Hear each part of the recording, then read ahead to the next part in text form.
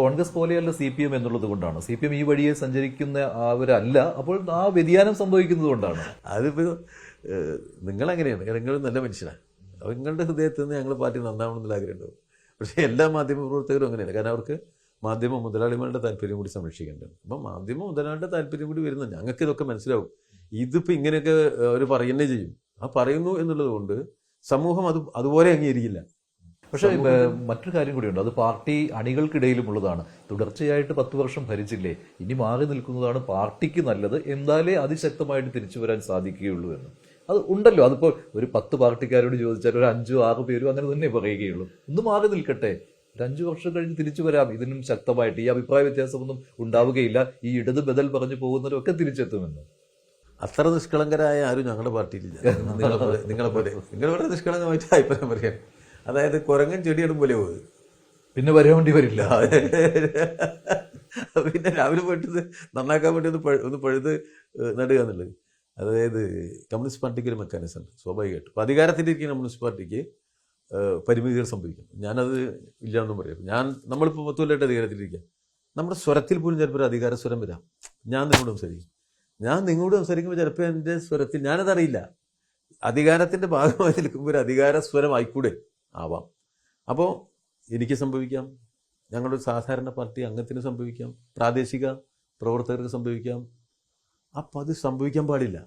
Communist പാർട്ടിക്ക് അത് സംഭവിക്കാൻ പാടില്ല. അത് ഞങ്ങൾ ജാഗ്രത പെടണം. ഒരിക്കലും നമ്മൾ സാധാരണക്കാരൻ്റെ കൂടെ പ്രവർത്തിക്കാൻ സമന്വയിക്കപ്പെട്ട വൈകാരികത വേണം, ഭാഷാപ്രയോഗങ്ങൾ വേണം. സമൂഹത്തിലെ വ്യത്യസ്തതയുള്ള പാർട്ടിയാണ് നമ്മളിത് എന്ന് എല്ലായ്പ്പോഴും നമ്മൾ ഉറപ്പാക്കും. പക്ഷേ സുധാകരൻ പറഞ്ഞത് താങ്കൾ സംസാരിച്ചു കഴിഞ്ഞാൽ 5000 വോട്ട് അദ്ദേഹത്തിന് കൂടുതൽ കിട്ടുമെന്നാണ്. സുധാകരനെ പറയുന്നതിനൊപ്പം ഞാൻ എല്ലാ ദിവസവും രാവിലെ സുധാകരനെതിരായിട്ട് 2 കൂർത്ത വാക്ക് പ്രയോഗിക്കുക എന്നുള്ളതൊന്നും നമ്മുടെ ഉദ്ദേശ ലക്ഷ്യത്തിൽ പെടില്ല. സുധാകരൻ പലതും പറയും. സുധാകരൻ താങ്കളോടൊപ്പം തോളോട് തോൾ ചേർന്ന ആളാണ്. സുധാകരൻ തോളോട് തോൾ ചേർന്നെങ്കിലും ഇപ്പം അദ്ദേഹം നിൽക്കുന്നത് BJPയുടെയും കോൺഗ്രസിൻ്റെയും കൂടെയാണ്. BJPയുടെയും കോൺഗ്രസിൻ്റെയും കൂടെ നിൽക്കുന്ന സുധാകരൻ്റെ വാക്കുകൾക്ക് വിലയില്ല. അല്ല, BJPയുടെ ഒപ്പം അദ്ദേഹം ഒരിക്കലും പോയില്ല. അദ്ദേഹം എന്തായാലും പറഞ്ഞില്ല 5000 വോട്ട് BJP എനിക്ക്.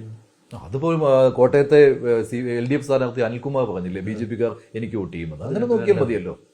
BJPയുമായി സന്ധി ചെയ്തിട്ടാണ് സുധാകരൻ നിൽക്കുന്നത്.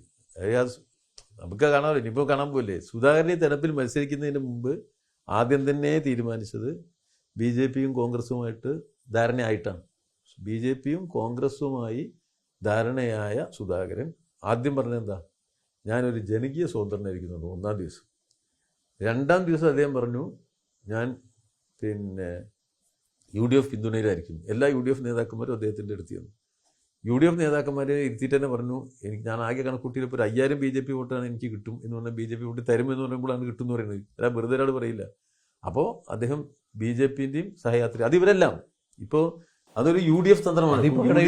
ഡീലെന്ന് കോൺഗ്രസ് പറയുന്ന പോലെയല്ലേ ആവുന്നുള്ളൂ. CPM കോൺഗ്രസിന്റെ ഡീലായത്, കോൺഗ്രസിന്റെ ഡീലാ. CPMനോട് അല്ലെങ്കിൽ CPM പുറത്താക്കിയ ഏതാനും ആളുകളെ സ്ഥാനാർത്ഥികളാക്കി അവരെ BJPയുമായി കൂട്ടുകൂടി അത്തരം മണ്ഡലങ്ങളിൽ നമ്മൾ തോൽപ്പിക്കാൻ ശ്രമിച്ച 5-6 മണ്ഡലങ്ങൾ അവരങ്ങനെ ഉണ്ടാകും. അവർ പല മണ്ഡലങ്ങളിലും ഡീലിന് പല സ്വഭാവം ഉണ്ടാവും. ഇപ്പോൾ ഈ പറഞ്ഞ എല്ലാ കൂട്ടരെയും BJP കൂടി സഹായിക്കുന്ന തരത്തിലായിരിക്കും അവർ അതിൻ്റെ തെരഞ്ഞെടുപ്പ് അജണ്ട ആസൂത്രണം ചെയ്തിട്ടുള്ളത്. ഡീൽ എന്നുള്ളത്, ആ ഡീല് BJPയും കോൺഗ്രസും തമ്മിലുള്ള ഡീല്, അതിൽ കുറേ ഇപ്പോൾ ഇടതുപക്ഷത്ത് നമ്മൾ പുറത്താക്കിയ ആൾക്കാരെ കൂട്ടിയിണക്കിയത് വലിയ തന്ത്രം. അവർ വിചാരിച്ചത് ആകെ എല്ലാ ജില്ലയിലും ഇങ്ങനെ ഓരോരുത്തരെ കൂടി വന്ന് ഇത്തവണ ഒരു പരാജയത്തിലേക്കാണോ പോകുന്നത്? ഇത് മികച്ച വിജയത്തിലേക്കാണ്, കുതിച്ചു കയറുന്ന വിജയമായിരിക്കും. എന്നിട്ടല്ലേ വനവാസം എന്ന് പറഞ്ഞാൽ ആ വനവാസത്തിന് ഇപ്പോൾ പറയേണ്ട വനവാസം ഒന്നും പറഞ്ഞിട്ടില്ല, നന്നായി. ഒരു സംശയമില്ല, ഒരു സംശയം നിങ്ങൾക്ക് വേണ്ട. കേരളത്തിലെ ജനങ്ങൾ എല്ലാം സൂക്ഷ്മതലത്തിൽ പരിശോധിക്കും. ഞാനിപ്പോൾ ജനങ്ങളാകെ ഒന്നാകെ ഒറ്റക്കെട്ടായിട്ട് ഓടിങ്ങോട്ട് വന്ന് എല്ലാം ഇടതുപക്ഷത്തിന് വോട്ട് ചെയ്യണം, അങ്ങനെയല്ല. അത് യുക്തിബോധത്തോടു കൂടി കേരളീയ സമൂഹം ഈ തെരഞ്ഞെടുപ്പിനെ കാണുന്നുണ്ട്. നമ്മുടെ നാട്ടിൻ്റെ ചുറ്റുപാടുകളെ സംബന്ധിച്ച് അവർ കാണുന്നുണ്ട്.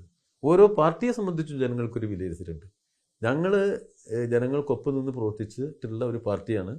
ഞങ്ങളുടെ അനുഭവങ്ങളും ഞങ്ങളുടെ മുന്നിലുണ്ട്. ഞങ്ങൾക്ക് തോറ്റുപോയി എന്നുള്ളതുകൊണ്ട് ഇല്ലാതാവുന്ന പാർട്ടിയൊന്നുമല്ല. പക്ഷേ ഈ തെരഞ്ഞെടുപ്പിൽ കേരളം നിസ്സംശയം ഇടതുപക്ഷത്തിൻ്റെ ഒപ്പം നിൽക്കും. ഏത് കാലഘട്ടത്തെക്കാളും മികച്ച സ്വീകാര്യത ഇടതുപക്ഷ ഗവൺമെൻറ്റിനുണ്ട്, മുഖ്യമന്ത്രിക്കുണ്ട്, ഇടതുപക്ഷ നയങ്ങൾക്കുണ്ട്. എതിരെ നിൽക്കുന്ന വലതുപക്ഷത്തിന് അതില്ല, വിശ്വാസ്യതയില്ല. ദേശീയ തലത്തിൽ തന്നെ കോൺഗ്രസ് വിശ്വാസ്യത ഇടിഞ്ഞൊരു പാർട്ടിയാണ്. BJP കേരളം ഇഷ്ടപ്പെടാത്തൊരു പാർട്ടിയാണ്. അത്തരമൊരു സാഹചര്യത്തിൽ ഇടതുപക്ഷത്തിന് നല്ല വിജയസാധ്യതയുള്ള ഒരു തെരഞ്ഞെടുപ്പാണ്. കൂടുതൽ വാർത്തകൾക്ക് News 18 Keralam YouTube channel subscribe ചെയ്യുക.